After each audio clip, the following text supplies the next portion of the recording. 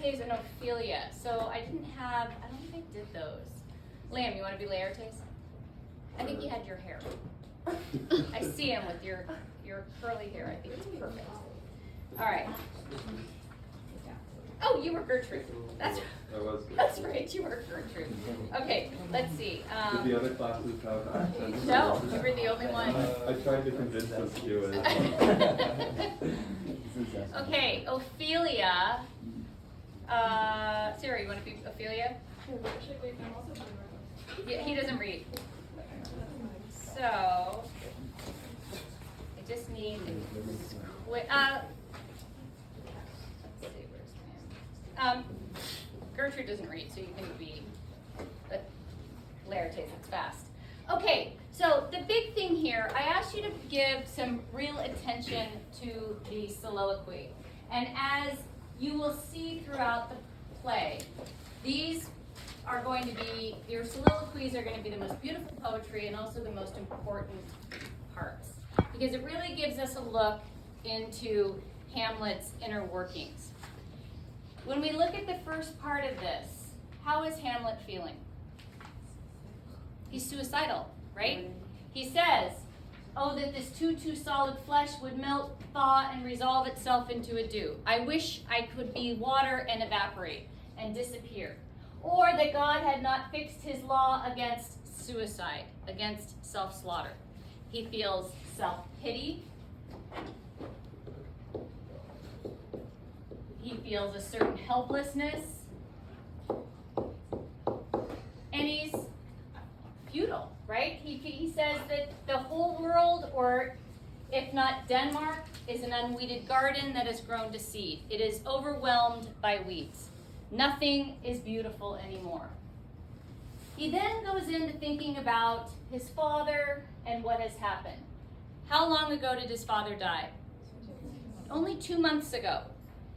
How long did Gertrude wait to marry? 1 month, which is disrespectful. I mean, I think that's part of his problem. But you look at all this, and he says here, so excellent a king that was to this Hyperion to a satyr. Did we talk about that analogy? Who is Hyperion in that comparison? Oh yes, he's the Titan, he's the sun god, and what's interesting about Hyperion, he kind of morphed into Apollo later, but he is the god of truth and justice. He is the god of poetry.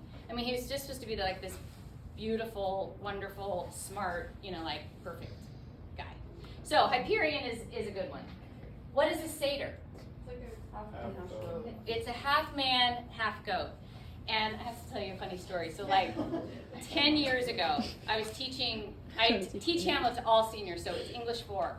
And one of the kids goes, well, Miss Kamara, what's a satyr? And I'm like, perfect. Go over to my computer, pull up a little tiny picture of a satyr, no glasses on, scroll, pull it over here so it's big as life. And I'm teaching and, back to the screen, saying something profound, I'm sure. No one is paying attention to me. All eyes are on the screen, and then everybody just starts cracking up. Well, I turn around, I'm way over there, and it's a satyr standing there like this with an enormous phallus. Big penis on, it was horrifying. I had to leap over desks and students to try to get to my computer to turn it off. But that was actually a very accurate rendition. Because the satyr was like this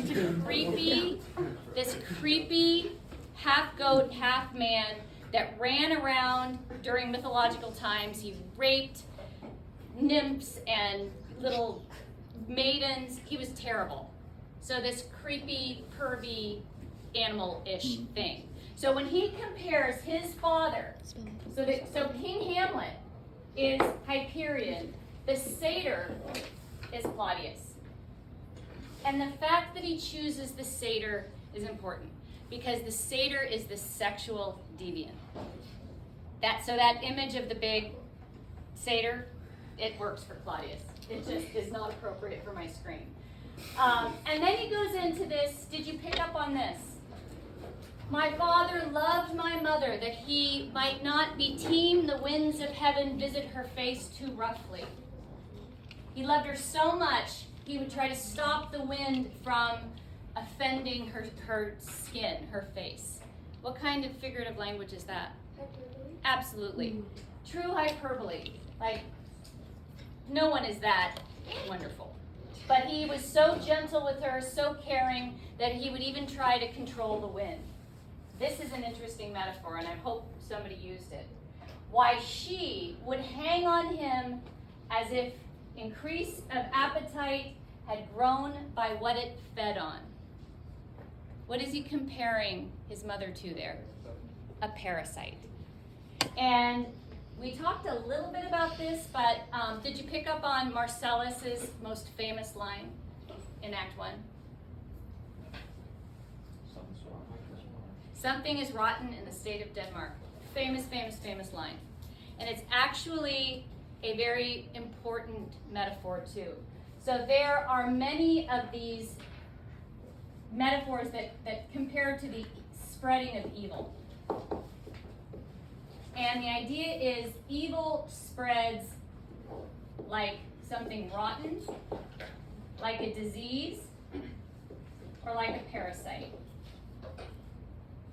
So when Hamlet says that Denmark is an unweeded garden that has grown to seed, things rank and gross in nature possess it merely. What kind of metaphor is it? Rotting, disease, or parasite? It's a parasite. Because we once had a beautiful garden. Imagine tulips and peonies and roses and perfect lawn. The whole thing is beautiful. What happens if you leave one weed unattended? It spreads. And it will overwhelm the garden. This one, his mother is a parasite. If you have a dog and it has worms, what happens if you don't take care of it? It's going to die because those worms are going to eat him from the inside out. They will kill him. So it spreads and destroys. And I think we talked about what happens if you have one rotten apple in your fruit bowl. If you don't pull it out, what's going to happen? Everything.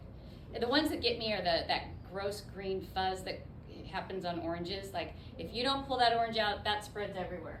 But it's this idea that if the evil source is not removed, it's going to spread and overwhelm. So you've got two of them here so far. Here's another one. This is the simile. She is like Niobe, all tears. She cried her eyes out. But was it genuine? No, because those tears showed the flushing in her galled eyes, but they were dry. So a couple more metaphors that you might have mentioned. He uses kind of a self-deprecating one here. What's the other analogy? That I to Hercules? Right. So he says, my father's brother is no more like my father than I am similar to Hercules. So he's comparing Hercules to King Hamlet and Claudius to himself. So it's a little self-deprecating, but it works. There's one more great metaphor. And it's comparing his mother to something again. What does he compare his mother to? Yeah. A beast. And this is a great one. So he says, my mother, with her gushing tears, didn't mourn long at all. A beast that lacks the ability to think critically, that lacks discoursive reason, would have mourned longer. A dog would have mourned his master longer than my mother mourned my father. So where is most of the anger here? Towards his mother. And he really gets angry here at the end. This part right here gets him. When he thinks about her unrighteous tears. What's that? Can your tears be unrighteous? Kind of interesting personification. She married almost wicked speed to post with such dexterity to incestuous sheets. The image of her mother and his uncle in incestuous sheets, in bed. And why dexterity? What does that mean? If you're dexterous, what does that mean? You're limber. You can just imagine their legs and arms in all sorts of gross positions. That image of them makes him furious. So he goes from self-pity to sadness to anger. But what's really important here is most of that anger is generated at his mother. And later, when we jump to the scene with the ghost, and he learns what has really happened to his father, this is going to be important for us to remember. Let's jump quickly. I'm going to pull up the notes again that we started last time. So let's get those back out.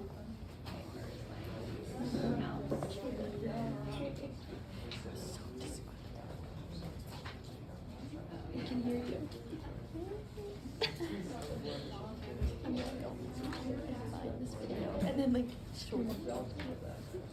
Okay, so it's very interesting that right after the scene with the soliloquy and establishing kind of this very difficult relationship between Hamlet and his stepfather and his mother, we jump to another scene involving father and children. So the relationship, for some reason there's no mother, but we have Polonius and his two children, Laertes and Ophelia. I want to start by looking at Laertes' speech or his advice to Ophelia at the beginning of Act 1, Scene 3. So he is that protective older brother.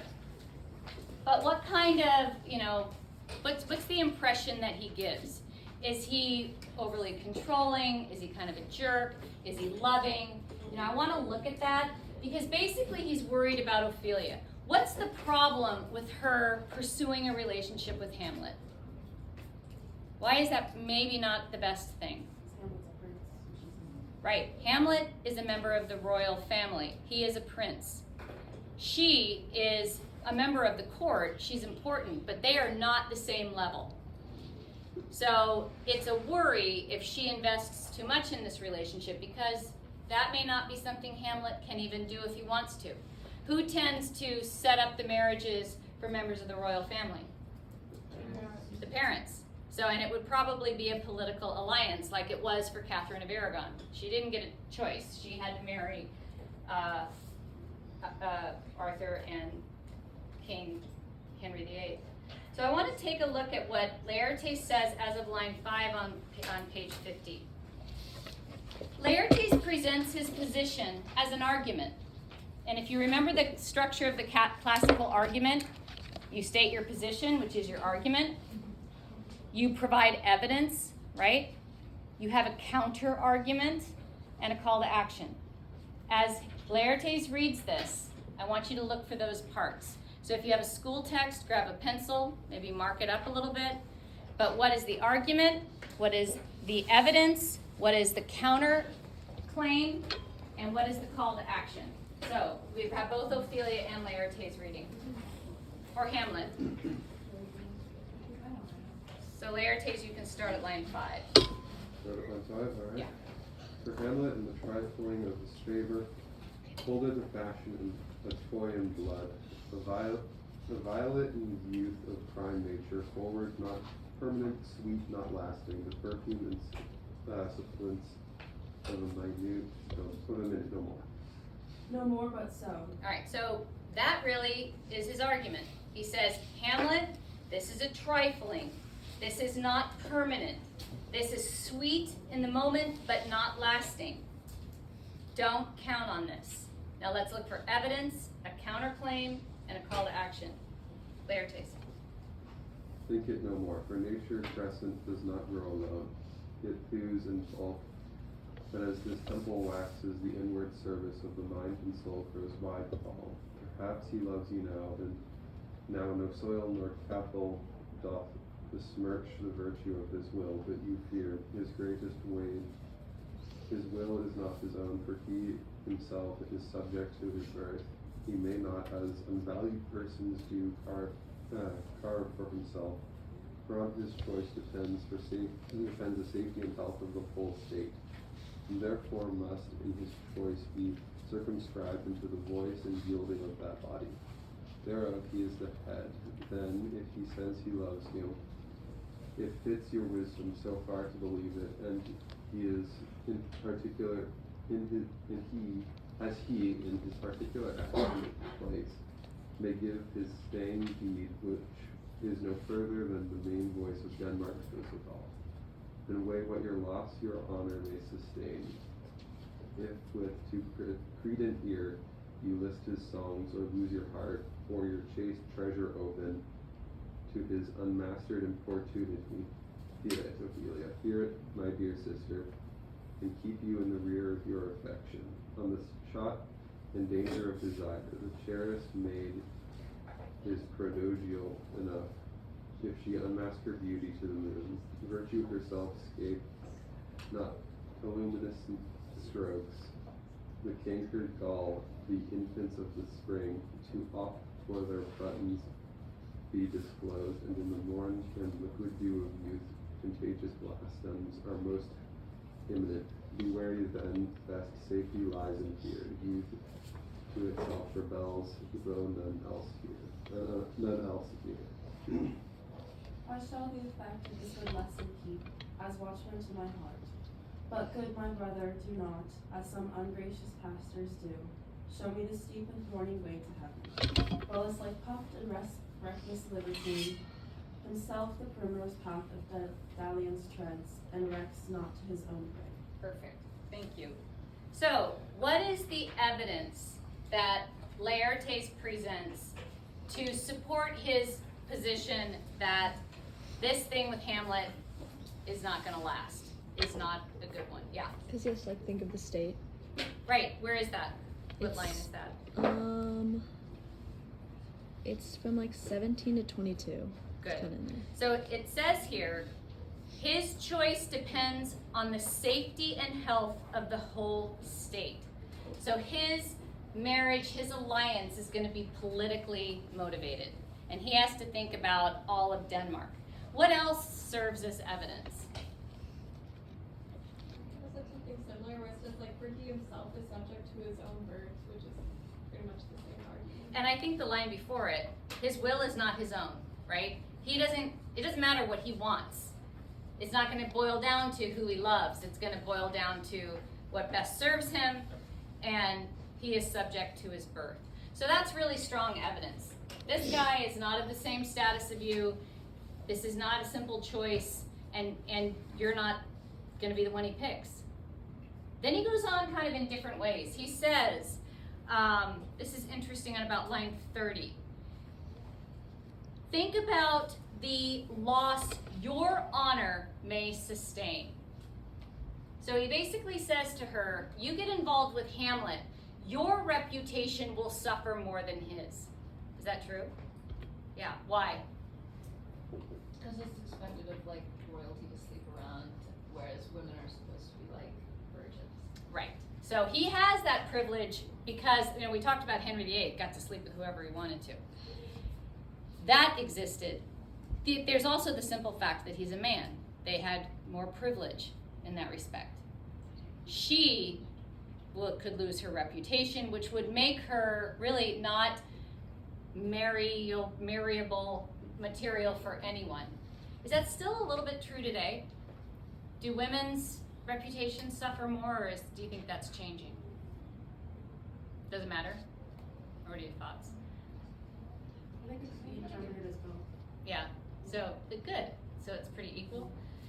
But then he says, he speaks in metaphor, which is interesting.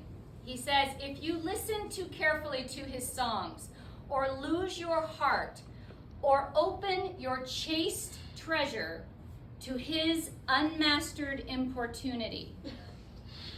What is her chaste treasure? You don't gotta Do I not have to do the hand motions? No, we have Okay, the chaste treasure, imagine a little golden virginal treasure box. Once that gets opened, can you ever shut it again? No. And his unmastered importunity needs to stay out of it. There's another good one. This is even better. I like this one. The canker galls the infants of the spring too oft before their buttons be disclosed, and in the morn and liquid dew of youth, contagious blastments are most eminent. So this is another parasite metaphor. What is an infant of the spring? Look, in what state is a flower? Like the bud. Right, it's the little, so let's imagine little closed rose, right? It hasn't even blossomed yet or opened. Here's Ophelia. What is the canker? Look at your footnotes. What's a canker? What's a canker is a worm. So it's a parasite, and here he is. Maybe make him angry. He's happy. He's on his way. Oh, so He's heading up here, and if he makes his way into her little unopened bud, it will kill the bloom. So that's interesting. If a parasite, if aphids or some other parasite attacks your roses, they never bloom. And so it's a perfect metaphor. He's basically saying, keep his worm out of your blossom, or you will never flower. And it's good advice. But how do you take it from Laertes? Is he being cruel about it? Is he being kind of bossy? I mean, what are your thoughts? What are your thoughts on this delivery? I think it's a decently caring message, but it's more overbearing than it should be. I mean, he's trying to kind of say it without saying it, right? But he's saying it. He ends it by saying, his call to action is pretty gentle. Be wary. Safety lies in fear. So does he say, break up with them? What does it mean when you say be wary? keep an eye out for it. Be careful. Be anxious. Keep an eye out. Be worried. Cautious. So he doesn't forbid it. He just says, watch yourself. Because I love you and I don't want you to get hurt. Now what's interesting is, here comes Polonius. How does Polonius handle himself with his children? What about Ophelia specifically? Is he so gentle? No. He is really controlling of Ophelia. What's interesting is we see it first with Laertes. He does this thing where he says, okay, Laertes, you're going to Paris. But remember, you need to behave a certain way. Neither a borrower nor a lender be. Don't get in a fight unless you're sure you can win it. Don't spend money beyond your means. He lists all these things that he wants Laertes to do. But then he contradicts it all at the end. This is a really important line. So jump to page 52. After he gives him all of these things that he says that the certain ways that he has to behave. On line 78, he says, this above all, to thine own self be true. This above all, to thine own self be true. Put that in your notes, because that is a really important quotation. The problem is, it's coming from Polonius, who's kind of a ding-dong and nobody pays attention to him, including his own son. But this above all, to thine own self be true, is the best advice in the play. If all the characters followed that advice, we'd have a one-act play and we'd be done as of this afternoon. But instead, we have 5 acts because people don't pay attention to that. But the problem is, like I said, it's being delivered by Polonius, who is a buffoon. But the best advice in the play comes from him. So once Laertes leaves, and he's left with Ophelia, he's pretty direct and even cruel to her. Let's take a look at that passage. How does he feel about Ophelia seeing Hamlet? How do you know, Sandra, that he doesn't like it. He like forbids her. I don't know the line, but he just basically tells her like that you can't be with him. Well, he says pretty clearly, I think it's on line 131. This is for all. I would not in plain terms from this time forth have you so slander any moment's leisure as to give words or talk with the Lord Hamlet. I charge you, come your way. So it's not like Laertes, oh, be careful, be wary, I forbid it. And how does she respond? I shall obey. I shall obey. She is an obedient daughter. But look at that conversation. What evidence do you have that this is not about her feelings? Where do you see evidence to suggest otherwise? What is Polonius's motive? I want you to look at the lines and give me one.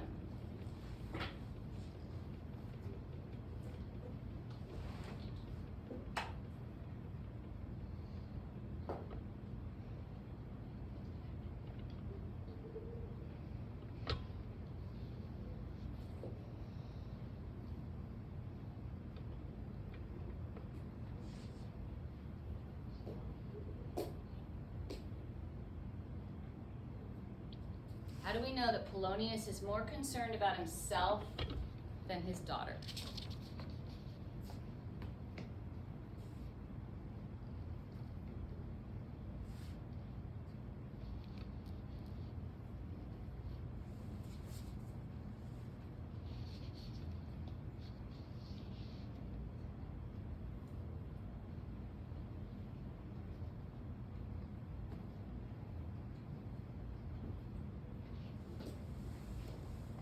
Kira, what'd you see? Oh, well, I can tell you're just afraid. Do it. Oh, What do no, you think? no, I don't really know. But Ophelia says, this is line 100. He hath my lord of late made many tenders of his affection to me. Then Polonius is like, affection? You speak like a green girl. So that kind of shows he dismissed her feelings of love. And then he also says, line 109, he says, running it thus, you'll tender me a fool. That's important. See, I knew you found it. I could just read it. He says, you behave this way, you will make me look like a fool. That's not about her, right? That's about the way you're going to make me look. That other line that you talked about, so let's look at around line 97. I must tell you, you do not understand yourself so clearly as it behooves my daughter and your honor. So in other words, you're my daughter, and this is tied to my honor also. So what's interesting about Polonius is he is concerned about the way this reflects on him. When my kids were young and they'd go like to a friend's house or whatever, and they'd have dinner somewhere else or I'd always like nag them. Okay, remember, don't put your elbows on the table. Make sure you don't take the last piece of bread. Get up and clear the table. Ask if you can help with the dishes. You know, I'd be nagging them as they leave the door. Why did I care? It's a reflection of you. It's a reflection on me. If they go and they eat like Neanderthals at somebody else's dinner table, they're gonna go, what the hell is the matter with their mother? So we do that. Parents do that. But Polonius takes it to another degree. And I want to jot down a theme here because it's going to be important as we finish this whole scene. So there's this idea that some parents sacrifice their children's happiness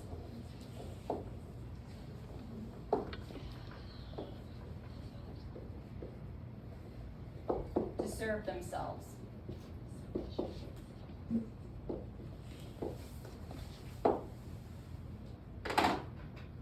Did any of you guys see Dead Poets Society? Have you seen that movie? Okay, that's what I think of also when I write this theme down. Do you remember the movie well enough to describe how this works for it? Yeah, one of the characters wants to be an actor, and against their father's will, they go to, they perform in a Shakespeare play. Is it He's Puck, I think, isn't he? Isn't it? Yeah, he's Puck. Yeah. And his father catches him and reprimands him sternly and puts a bunch of burden on him to be a doctor, probably so that he can support him through retirement. And he kills himself as a result. It's a fabulous movie if you haven't seen it. But it is, this, and the father, of course, if I remember correctly, is devastated, and probably didn't realize how he was imposing his own stuff on his child. And we have to remind parents, it's something we have to check ourselves all the time.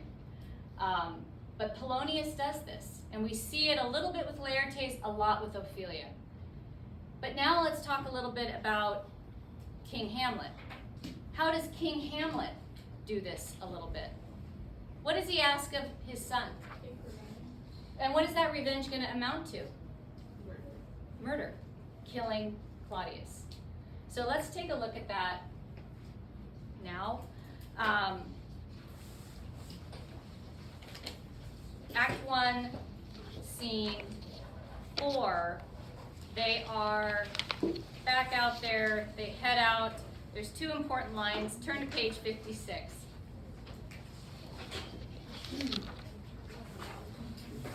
We're going to read all of Act 1, Scene 5, and kind of skim this one. But there's a couple things I wanted you to notice. First of all, when the ghost comes in the first time on page 56, and Hamlet looks at him and says, "Angels and ministers of death defend us, or of grace defend us. Be thou a spirit of health or goblin damned." Do you see that? And that, I just wanted to remind you of the ghost story question. So one of the questions that needs to be answered is, why is this ghost wandering around Elsinore? What's the problem? And is it truly the dead king, or is it a demon?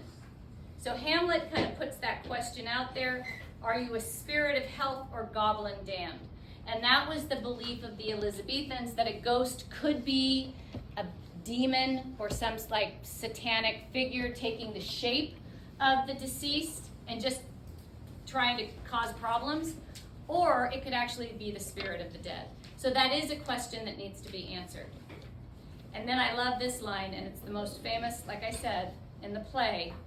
Take a look at page 58. Marcellus is watching this whole thing unfold. Hamlet runs off with the ghost, and he says, "Something is rotten in the state of Denmark." And that is one of those rotting metaphors, and he's got it. Something is rotten, and if they don't get whatever that source of rottenness is and move it out, it's only going to destroy. And it's going to spread like a disease. Why does Hamlet go off with the ghost? Because they're worried.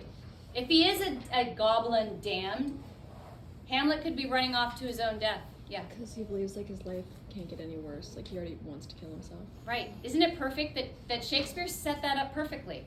We know that Hamlet would kill himself if he could. So he has nothing to lose. He runs off with the ghost because if he kills me, good. I want to die anyway. So all of that makes sense as far as his behavior. All right, let's take a look at Act 1, Scene 5. We're going to read this together. Hamlet, Shane, and the ghost, Daniel. Okay, you're going to have to boo in. Boo in. Right now. Ooh, and do a scary mark me. That's a good one to be scary. Okay, Hamlet. Whither wilt thou lead me? Speak, I'll go no further. What, right now? Boo and mark. Good. Mark me. Oh, good one. I will. My hour is almost come, when I too sulphurous and tormenting flames must render up myself. Alas, poor ghost. Pity me not, but lend thy serious ear to what I shall unfold. Speak, I am bound to hear. So art thou to revenge, when thou shalt hear. What? Okay. So he says you are bound to revenge. Is he giving Hamlet any out? No. No. So I want you to think about this. What do we know about Hamlet? Where does he want to go? He wants to go back to Wittenberg because he wants to go back to school. This guy is a scholar, and he is not a teenager. He is a grown-up. He is like in his, well, I'm not going to tell you how old he is because that's important later, but he is an adult. So when we look at young Hamlet, he is a scholar. He is not like young Fortinbras, who is a soldier. So this task is not going to be one that Hamlet is comfortable with. But the ghost doesn't give him an out. You are bound to avenge me. Because remember, what's the son's duty? Avenge his father. To avenge his father. Okay, let's go ahead. I am thy father's spirit, doomed for a certain term to walk the night, and for the day confined to fast and fires, till the foul crimes done in my days of nature are burnt and purged away, but that I am forbid to tell the secrets of my prison house. I could a tale unfold whose lightest word would harrow up thy soul, freeze thy young blood, make thy two eyes like stars start from their spheres, thy knotted and combined locks to apart, and each particular hair to stand on end like quills upon the fretful porpentine. But this eternal blazon must not be to ears of flesh and blood. Listless, O list, if thou didst ever thy dear father love. Oh God. Revenge his foul and most unnatural murder. Murder. Murder most foul, as in the best it is, but this most foul, strange and unnatural. Haste me to know that I, with wings as swift as meditation or the thoughts of love, may sweep to my revenge. All right, let's stop there for a second. So, what guilt trip did the king or the ghost put on Hamlet? What line stands out? Doomed for a certain term to walk the night. Yeah, he says, I'm doomed to walk the night. But how is it that he kind of shames Hamlet into doing this? Yeah, if thou didst ever the true father love, take a look at line 23. If thou didst ever thy dear father love, if you ever loved me, you will avenge me. So now, if Hamlet says, ooh, God, kind of not my thing, Dad. Can't we hire someone? I'm sure there's a hitman somewhere that we can find. What is Hamlet saying if he doesn't do it? Don't love you. I don't love you. And that's a really manipulative thing to say. I say that to my kids all the time. By the way. If you love me, you are going to do this, that, and the other thing. But it's never murder, just so you know. Okay, let's continue. I find thee apt, and doer shouldst thou be man the fat deed that rots itself in ease and unleft war. Wouldst thou not stir in this? Now Hamlet, here, 'tis given out that sleeping in mine orchard a serpent stung me, so the whole ear of Denmark is by a forged process of my death, rankly abused. But now thou noble youth, the serpent that did sting thy father's life, now wears its crown. His crown. Oh, my prophetic soul.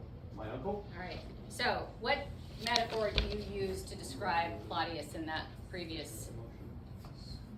What do you call him? You don't say the man who took my life. What do you call him?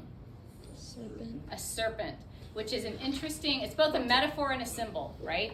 The serpent is we go back to the Garden of Eden. It is Satan took the shape of the serpent that tricked and manipulated. So it is kind of an interesting metaphor.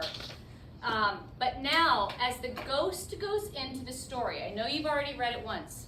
So now as we reread it, where is the ghost's anger most focused? So look for evidence of that. So how does he direct his anger to Claudius and to Gertrude? And where is it heavier, right? So we know that Hamlet, from his soliloquy, was more angry with his mother than Claudius. He thinks Claudius is a tool. He's a satyr. But his mother is the one who married him. She was the one who gave him the crown, and she's the one who brought him into this mess. So he's really angry with her. How does the ghost feel? So More angry towards Claudius. I agree. And let's look at the evidence of that. Good. So as the ghost reads this, kind of mark your book. Ghost. I, the incestuous, the adulterate beast, with witchcraft of his wit, with traitorous gifts, O wicked wit and gifts, that have the power so to seduce, one to a shameful lust, the will of my most seeming virtuous queen. O Hamlet, what a falling off was there from me, whose love was of that dignity, that it went hand in hand even with the vow I made to her in marriage, and to decline upon a wretch whose natural gifts were poor to those of mine, but virtue, as it never will be moved, though lewdness court it in a shape of heaven, so lust, though to a radiant angel wings, will sate itself in a celestial bed and prey on garbage. But stop, methinks I scent the morning air, free, let me be, sleeping within my orchard. My custom always of the afternoon, upon my spare hour that uncle stole, with juice of cursed Havana in a vial, and in the porch of mine ears did pour the leprous distilment, whose effect holds such an enmity with blood of man, that swift as quicksilver it courses through the natural gates and alleys of the body. And with a sudden ire it doth posset incurred like eager droppings into milk, the fine and wholesome blood, so did it mine. And a most instant teeter part about, most Lazar-like, with vile and loathsome crust, all my smooth body. Thus was I sleeping by the brother's hand, O of life, of crown, of queen, at once dispatched, cut off even in the blossoms of my sin, unhostled, disappointed, unnailed, no reckoning made, but sent to my account, with all my imperfections on my head. O horrible, most horrible, if thou hast nature in thee, bear it not. Let not the royal bed of Denmark be a couch for luxury and damned incest, but howsoever thou persist this act, taint not thy mind, nor let thy soul contrive against thy mother ox, leave her to heaven, and to those thorns that in her bosom lodge, to prick and sting her. Fare thee well at once, the glowworm shows the mitten to be near, and begins to pale his ineffectual fire. Adieu, adieu, Hamlet, remember me. Perfect. All right. So, where do you think his anger is more directed? Claudius. Right. So he says right away, he calls him an incestuous, adulterate beast. And he's traitorous. What else? What else suggests that maybe he isn't as angry with Gertrude? Yes? He says, leave her to heaven. Leave her to heaven. Yeah. And he says on line 46 that she is the seeming virtuous queen.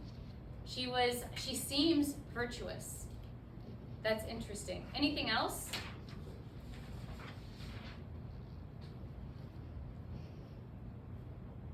It's interesting that he says, he goes on a kind of a rant about Claudius, and then he says he stole my crown, my queen. It's almost as if she is just part of, like, she's one of his, property that was abused in this process. So how did Claudius do it? Who can summarize it for me? Emma. Like how he killed. Yeah. I think he poisoned him. Poisoned him how? Yes, you're right. Was it in his ear? In his ear, right. So he says he's sleeping in the garden. He's taking a little nap out in the garden. And Claudius comes in and pours the poison in his ear. And, of course, leaves no evidence of a crime. And remember, this is before CSI. This is before, any forensics. So they wouldn't be able to, figure out the cause of death. He was wearing armor. That's interesting. So he's wearing armor as a ghost, but he wasn't wearing armor when he died. That's a good point. Yes? Was using poison kind of seen as a woman's tactic? They say that today, but I think, if Claudius, I think it's also a very manipulative tool, because Claudius uses the poison because it looks like a natural death. There's no evidence of foul play. When Hamlet says, "Oh, my prophetic soul," he's kind of saying, I knew something didn't feel right. But there is no evidence that anyone suspected a crime prior to the ghost's speech.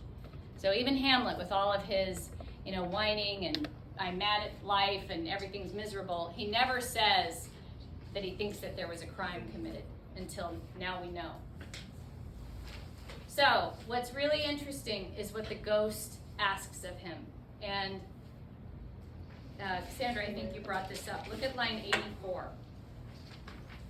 So he basically says, Claudius killed me, and you are my son, you have to avenge me. And he says, but howsoever thou pursuest this act, I don't care how you do it. Push him off a cliff, shoot him, torture him, I don't care. Whatever you want. Don't let it taint thy mind, nor let thy soul contrive against thy mother aught. Leave her to heaven. So he says, kill him however you want. But, what does he mean by taint not thy mind? What does that mean? Don't go mad. Don't let this drive you crazy. And, what else can he not do? Huh? Involve his mother in some way? Leave your mother out of it. So, leave her to heaven. The interesting thing about that is that sets him up to fail. Hamlet is so angry at his mother, he can't leave her out of it without going crazy. So his father, looking back at that motif down here, this parent sets his child up for tragedy. So looking at his tragic journey, the goal here is to avenge his father, which means he has to kill Claudius.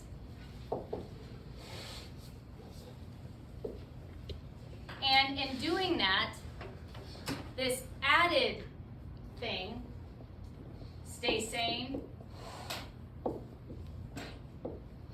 and leave mom alone, it is these two things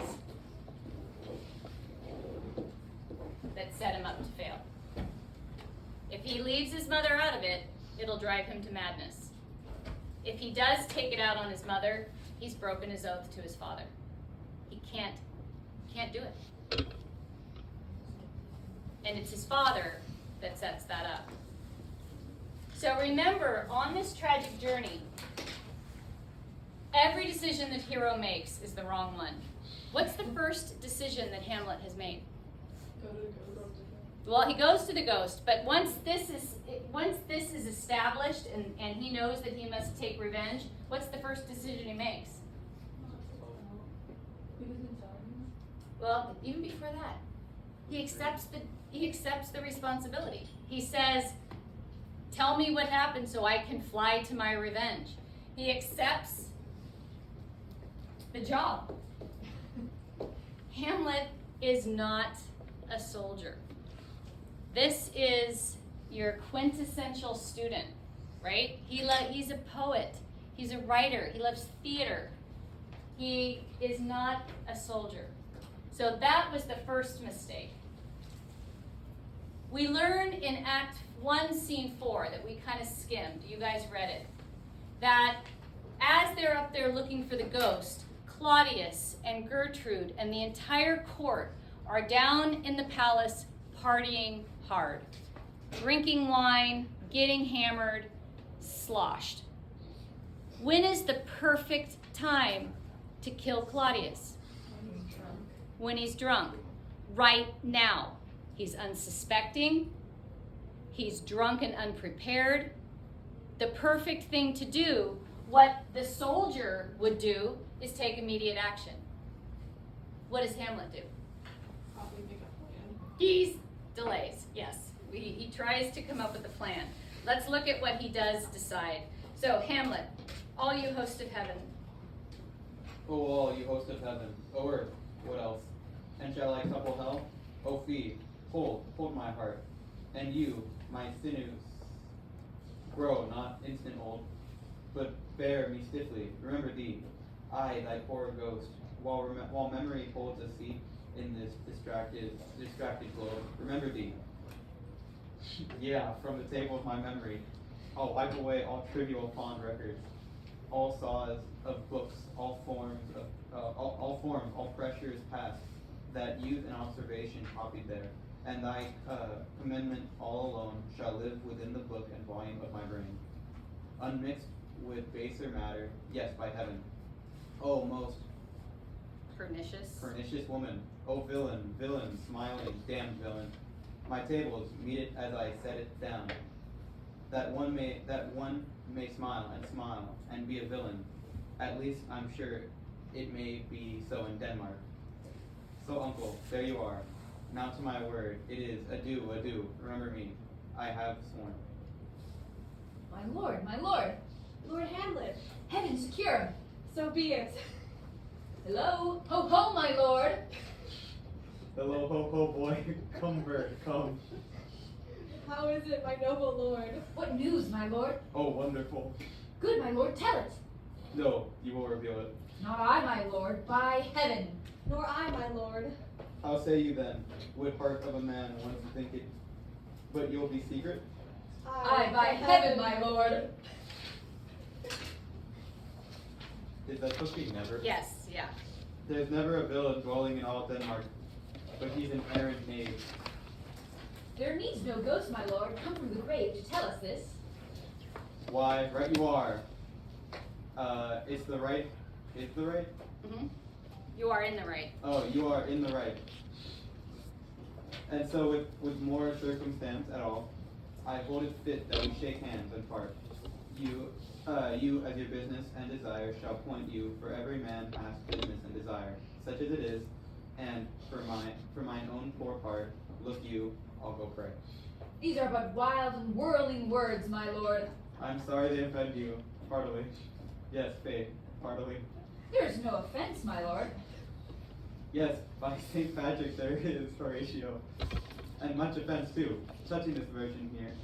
It is an honest ghost that, let me tell you, for your desire to know what is between us. Overmaster? Overmasters. Overmaster, as you may, and now, good friends, as you are friends, scholars, and soldiers, give me one poor request. Okay, hold on. So, that is important because what Hamlet tells us is that he believes this is an honest ghost. Does he think this is a demon? No. He says this is an honest ghost. This is the ghost of my dead father. So, go back to these notes at the beginning of your note-taking stuff. What's important here is the ghost story is over because these questions are answered. Why can't the spirit rest? He was murdered. Is the ghost truly the spirit of the dead king? Yes. Hamlet says he is honest, he is not a demon. Yes, do you have your hand up? Or Oh no, I was just stretching. What's interesting though is the story that follows this is what they call the detective story.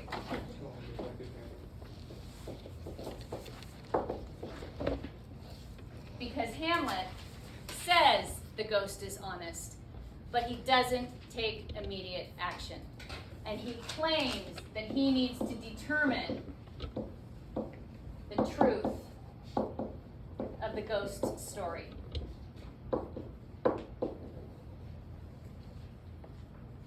Does he? What did he just say about the ghost? That the ghost is honest. So when we think about Hamlet's tragic flaw,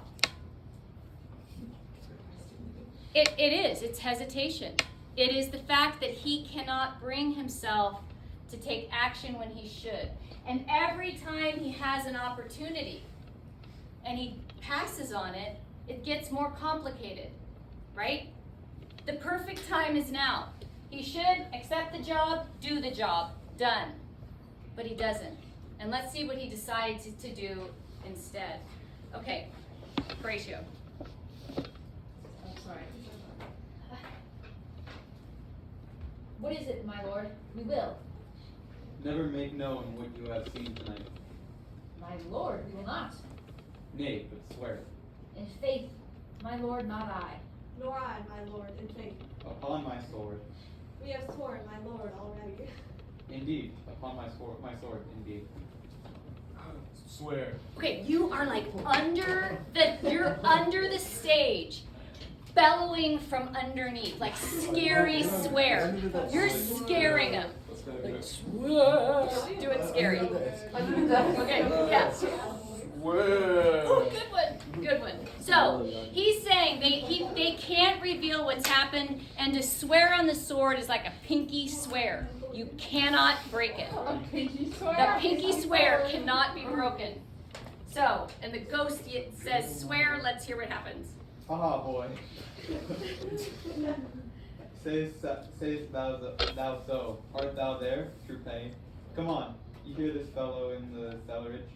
Consent to swear. Propose the oath, my lord. Never to speak of this that you have seen. Swear by my sword. Swear. Okay, that wasn't as good as the first one, but we'll take it. Take et ubique. Then we'll shift our ground. Come hither, gentlemen. Sorry. And lay your hands against my sword. Never to speak of this that you have heard. Swear by my sword. Swear. Well said, old mole. Canst work it the earth so fast. A worthy Pioneer, yeah. Once more remove, good friends. Oh, day and night, but this is wondrous strange. And therefore, as strange, give it welcome. There are more things in heaven and earth, Horatio, than are dreamt of in your philosophy. But come, here, as before, never, so help you mercy. How strange or odd something. I bear myself, as I perchance hereafter shall think meet to put an antic disposition on, that you, at such time seeing me, never shall, with arms encumbered thus, or this head shake, or by pronouncing of some doubtful phrase, as well, we know, or we could, and if we would, or if we list to speak, or there be an if they might, or such ambiguous giving out to note that you know aught of me, this not to do. So grace and mercy at your most need help you. Swear. Swear. You swear. Rest, perturbed spirit. So gentlemen, with all my love I do commend me to you, and what so poor a man as Hamlet is, may do to express his love and friending to you. God willing, shall not lack. Let us go in together, and still your fingers on your lips, I pray. The time is out of joint. O cursed spirit, that ever I was born to set it right. Nay, come, let's go together. All right, that last heroic couplet there is really important. He says, the time is out of joint, O cursed spite, that ever I was born to set it right. Hamlet knows that this task will destroy him. He says, I am cursed by this. So he knows he's going to blow it. He knows this is going to be his ruin. But what decision does he make? If you look here, it's the passage, it's lines 165 through 180. He accepts the job, and what does he decide to do? Take a look at that passage again and look at your footnotes. What decision does he make?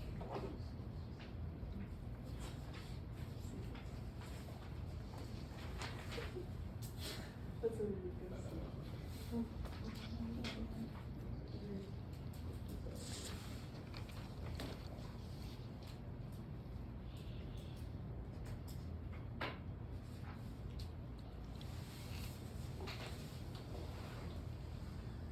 Anybody find it?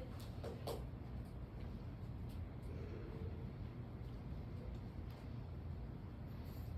put bad behavior on. Yeah. Why? Why would he decide to put an antic disposition on? He says, I'm going to act crazy, and you guys can't pretend that you know that anything is up. You have to think it's as strange as everyone else. But I'm going to act like I'm crazy because I want to do something of an investigation. So this antic disposition, which is the next decision, he's going to act crazy, kind of to stay under the radar maybe. You know, if he acts like he's losing his mind, people maybe won't see him as much of a threat. But again, why? What is he doing? He's stalling.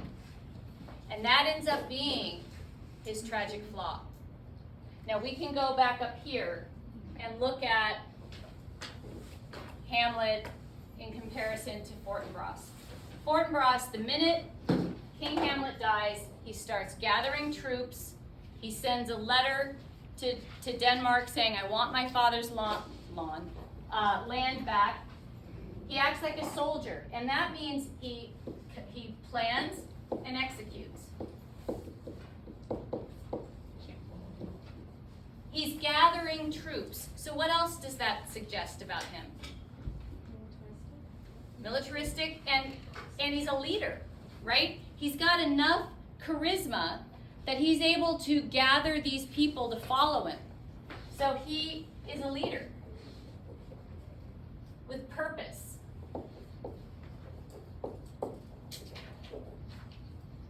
Hamlet is the opposite. So where this guy plans and executes, what does Hamlet do? He plans and stalls. So it's one thing to plan if you execute the plan, but if you plan and replan and plan again and rethink the plan, nothing gets done. Where Fortinbras, well, let's continue to wait and see what other things play out. But the bottom line is, this task is going to destroy Hamlet. And either King Hamlet doesn't know his son very well, or his own needs are more important than his son's. What are your thoughts on that? Looking at that father-child relationship. What do you think, Emma? I don't know, it just sounds, I feel weird that he just like accepts it as his father, because it feels like the behavior of a demon. Like everything that the ghost has said so far, like, as a member of the royal family, I'd be extra suspicious of any ghost, because like, why me? Why would I be the one that you're talking to? And I feel like Hamlet's a little silly for accepting it, and accepting the ghost at his word, when it's like, he has a lot riding on his shoulders, and he just lied, and he's like, yeah, no, that sounds legit. Yeah. Well, Hamlet would love to hear you say that, because that justifies this, right? Yeah. So that does give us good justification for Acts 2, 3, and 4, right? Because Hamlet is trying to find the answer throughout the bulk of the play. And what happens, though, is as he goes through these decisions, and he keeps kind of making the wrong choice, he loses the element of surprise. He doesn't have the advantages that he has right now. And that's the greatest problem. That's what gets him. Okay, so you guys are reading Act 2, and I want to show you, I want to kind of give you a little preview of it. Act 2 is only 2 scenes. What's that? Well, scene 2 is long, but Act 1, scene 1 is very short. Act 2, scene 2 is interesting, because what happens is time has passed, and Claudius and Gertrude have noticed Hamlet's weird behavior. And what do? They call his 2 old friends, Rosencrantz and Guildenstern, to spy on him. Like, figure out what's going on with Hamlet. He's losing it. So they come. There's an interesting kind of exchange between them. But then there's what the players come. And I want you to turn to page 89. Pages 89, 90, and 91 are really interesting. Jot this in your notes or mark it in your book. How many of you are taking Latin? Anybody in Latin? Okay. So what he does is he asks to hear a story from the Aeneid. And it is the story of Pyrrhus, who is the son of Achilles. Just to give you a little bit of background, Achilles was one of the greatest warriors on the Greek side. And when he is killed, it's kind of a long story, but he is killed, Pyrrhus, being his son, it is his job to avenge his father. So this is the scene where Pyrrhus seeks out the father and the father of Hector to kill him. So it's a story of a son's revenge. Hamlet asks to hear this story because he needs the inspiration. I want you to pay attention to that story and try to get a sense of what's happening and where Hamlet should be inspired. Does that make sense? He looks at Pyrrhus. Pyrrhus is not just a soldier, he's a warrior. This guy is like a machine. How does he want to get inspiration from Pyrrhus? It's kind of an interesting story, but it won't take you long. It's not that dense. Any questions so far about what we have in Hamlet? Are you liking it? It's interesting. It's a good story, huh? I just like reading it. Yeah. I was reading it. I just Yeah, like the it out out loud, it does really, it's meant to be, actually, and what's interesting is, it's important to remember, these plays were not meant to be read. They're meant to be seen. So it really will be, I'm working on trying to get us a free version of La Brana. And we will watch parts of it and do some comparisons of different parts. I think you'll like that. Oh yeah, if you can find one, let me know.